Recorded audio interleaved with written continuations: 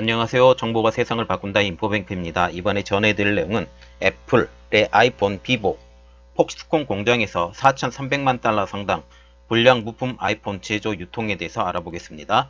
여러분의 구독과 좋아요는 저에게 많은 도움이 되오니 구독과 좋아요 많이 눌러주시기 바랍니다. 그러면 시작해 보겠습니다.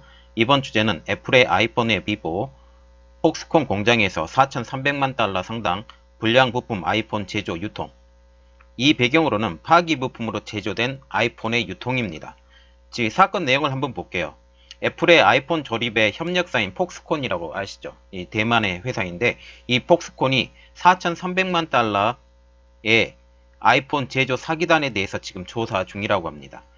이게 정상이라면 폭스콘 공장 내에서 폐기되어야 할 불량 아이폰 부품으로 정상처럼 보이는 아이폰을 만들어서 대량으로 제조해서 유통시켰다는 혐의입니다.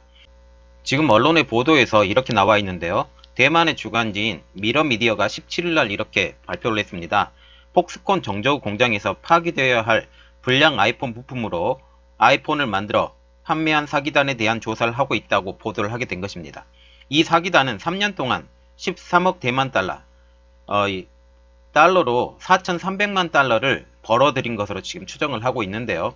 익명의 대만 사업자가 주모자이며 이 인물은 폭스콘 정저우 공장 경영진 선발 업무에도 참석했던 것으로 알려지고 있다고 합니다. 말하자면 여기의 사정에 대해서 아주 잘 아는 사람이다 라고 보시면 됩니다.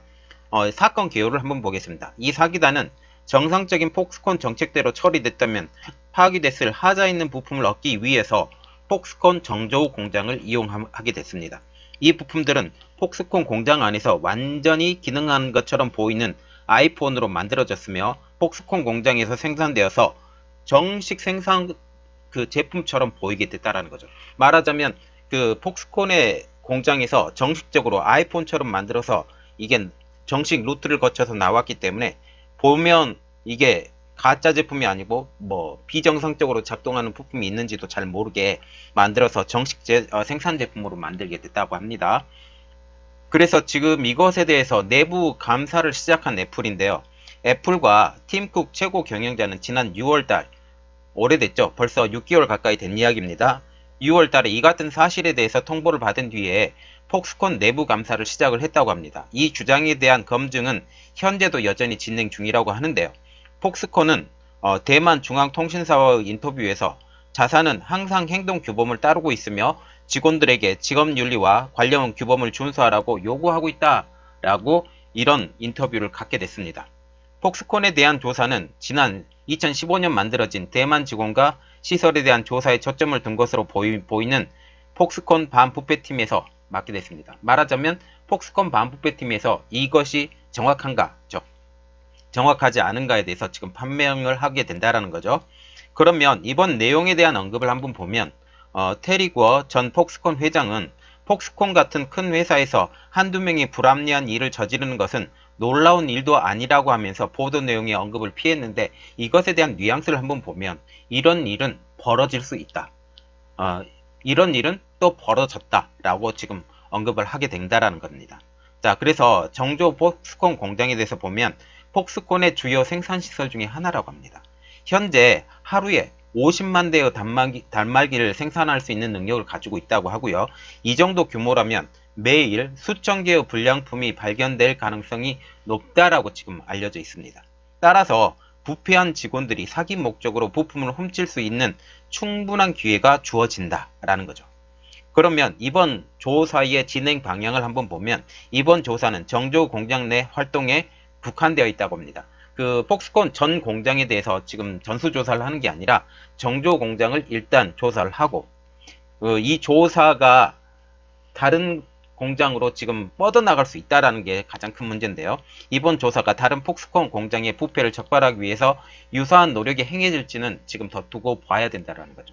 그래서 이번에 조사가 제대로 이루어지고 정말 크게 이게 터지게 된다면 이게 다른 공장으로도 갈 수 있다. 아니면 이것을 이 자체 공장으로만 덮어버릴 수 있다. 이렇게 두 가지 갈래 방향의 딜레마에 빠지게 된다는 거죠. 그래서 지금 계속적으로 지속적으로 비난을 받아왔던 폭스콘인데 폭스콘은 아이폰 11 조립을 위해서 승인을 받은 것보다 5배나 많은 임시직 근로자를 고용해서 중국 노동법을 위반하는 등의 이슈로 계속 비난을 받아왔어요. 이게 무슨 뜻이냐? 그 임시직 근로자를 5배 이상 채용을 했다고 하면 더 많은 제품을 만들 수 있잖아요.